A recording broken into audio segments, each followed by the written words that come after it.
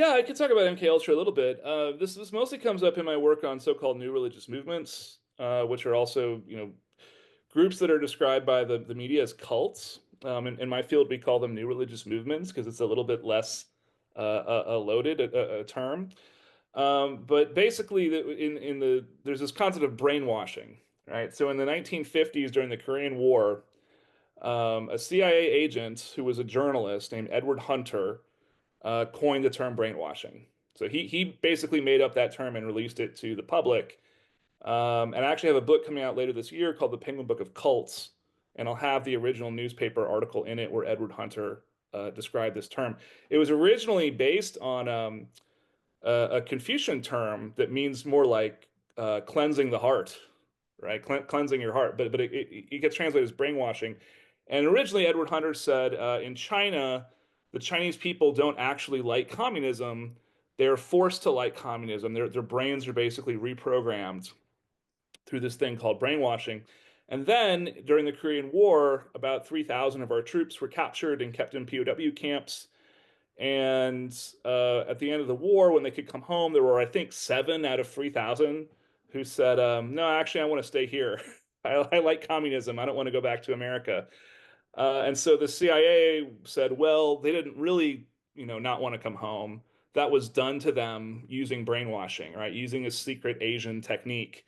And what the CIA said was they can back then they didn't have MP3s. They had vinyl discs, but they said it's like they take off one vinyl disc and they put on another. They can just totally reprogram your brain. And I think and there were psychiatrists who came out and interviewed people returning from these POW camps and asked them, what kinds of things were being done to you and so forth. And their conclusion was this was basically just coercion. It was sort of write an essay about how awesome communism is, or we'll starve you, right? Things like that, right? Not some kind of mystical thing. What seems to have happened, though, is the CIA forgot that they basically made up brainwashing, right? They made it up for propaganda purposes to explain why anybody would be communist or to kind of discredit communist countries. And then they sort of thought, well, wait a second, what if this is real? If it's real, then we can't let the communists be the only ones who can brainwash people. We have to learn how to do it too. So this led to MK Ultra.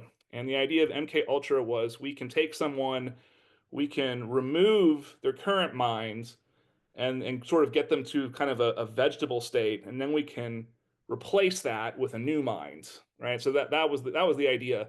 And they hired scientists, especially overseas in places like Canada, to work on this. And we know that this happened because there was a Supreme Court case where the Supreme Court said it is not required that it be revealed who was working for MK Ultra.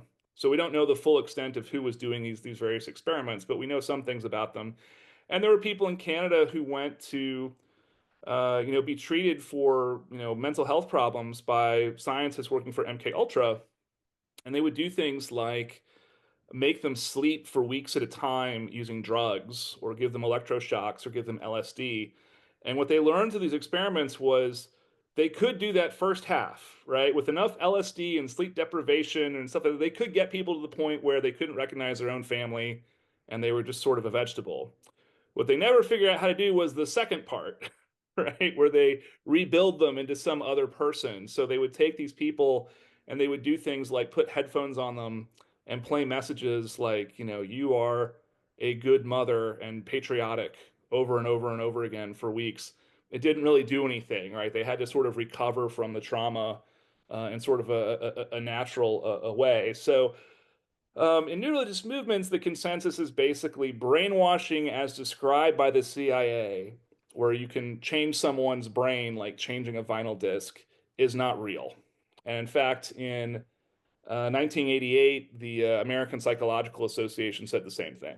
They said this is not a scientific concept, and this doesn't really explain human behavior. Now, people still talk about brainwashing all the time, but usually when they say someone is brainwashed, either they just disagree with somebody, right? They just wish that somebody were different. Or what they're talking about is just coercion, right? So for example, in the 1970s, brainwashing switches from being something that communists do and something that people know about through spy movies like The Manchurian Candidate. to being something that cults do, right? My son dropped out of college and became a Hare Krishna because he was brainwashed, right? That was the sort of claims that were going on. And then when the Jonestown massacre happened in 1978, almost 1,000 people died. People said this was brainwashing, right? Why else would someone drink poison and stuff like that?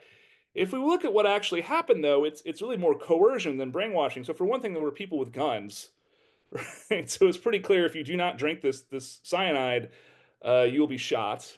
A lot of people didn't willingly drink it; they were injected with it forcibly. But also, Jim Jones had told everyone, mercenaries are coming to kill us all. They'll be here any minute. They will torture our children, and it's better to just die. Well, that's not some, super advanced technique of mind control. That's just lying to people, right? That's just lying to get them to do what you want.